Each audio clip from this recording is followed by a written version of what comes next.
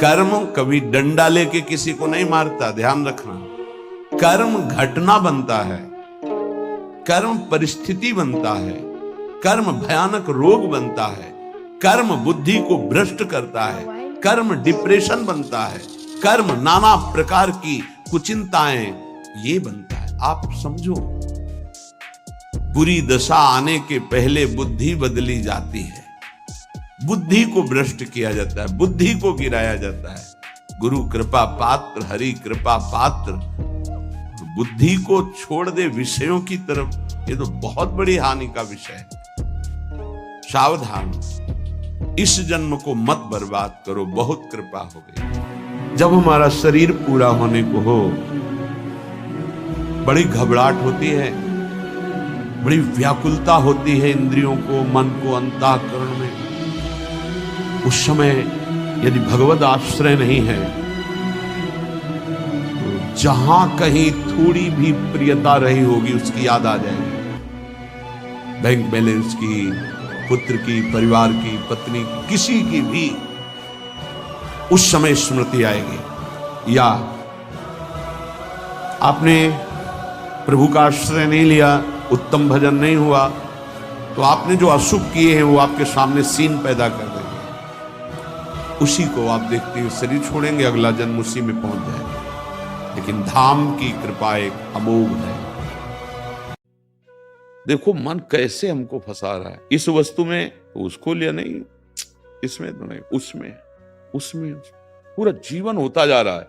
मतलब यहां तक इतने गिर गए कि जो नहीं करना चाहिए वो भी कर रहे हैं, इसी मन को दुलार करने के लिए। लेकिन आज तक ये बेईमान जलाने के सिवा कुछ किया क्या? सोचो, जलन पैदा कर रहा है, और अशांत और अशांत। ये इस मन रूपी दुश्मन से जो सावधान हो गया वो विजयी। नहीं तो ये मन बहुत बदमाश है, बहुत प्यार से मारता है। मन को मारना ही भजन है। मारने का मतलब उसकी जो विषय प्रियता है उसका त्याग करना। निर्मल मन जन सो मोहि पावा। ए भाई, अब समय नहीं है, समय है ऐसे होकर, आर्त होकर, रो रो कर पुकारने का। हे प्रभु, अब तो आप संभालो, मेरे में कोई बल नहीं रह गया, मैं हार गया सब करके। नाथ आप राधा राधा। गुरुजी के चरणों में कोटि कोटि प्रणाम। मेरा एक प्रश्न है आपसे। कई लोगों ने रोक दिया कि हनुमान जी की आराधना लड़कियां नहीं करती, तो ये तो नहीं कह रहे कि आप स्वीकृति दें, बस कुछ मर्यादाएं हैं जिनसे हमें अनुभूत करा दें कि क्या कर सकती हैं लड़कियां और क्या नहीं, कितने दर्शन कर सकती हैं, और परिक्रमाओं पर क्या प्रतिरोध है, क्या विरोध है। परिक्रमा पर रोक है अथवा नहीं है? परिक्रमा पर कोई रोक नहीं है। हनुमान जी को पिता के रूप में, भाई के रूप में कोई भी पूज सकता है, मान सकता है। माताओं बहनों को किसी भी शास्त्र में ऐसा नहीं लिखा कि हनुमान जी को आप भजन नहीं कर सकते हैं, हनुमान जी को सिंदूर नहीं चढ़ा सकते हैं, स्पर्श नहीं कर सकते हैं, आप पवित्र दिनों में मंदिर नहीं जा सकते हैं। ये रोक जरूर जो है माताओं बहनों को है, बाकी कोई रोक नहीं है। बेझिझक जो है हनुमान जी की सेवा बहन कर सकते। रिश्तों में क्या चाहिए?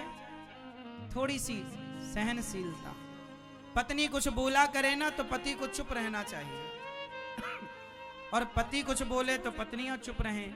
यदि आप जरा देर का चुप्पी साध लें, जरा से देर के चुप रहना सीख जाएं, तो बड़े से बड़े महाभारत से बचा जा सकता है, बड़े से बड़े झगड़े, बड़ी से बड़ी लड़ाइयों से बचा जा सकता है। जरा देर की चुप्पी आपको बचा सकती है। इसलिए मेरी माँ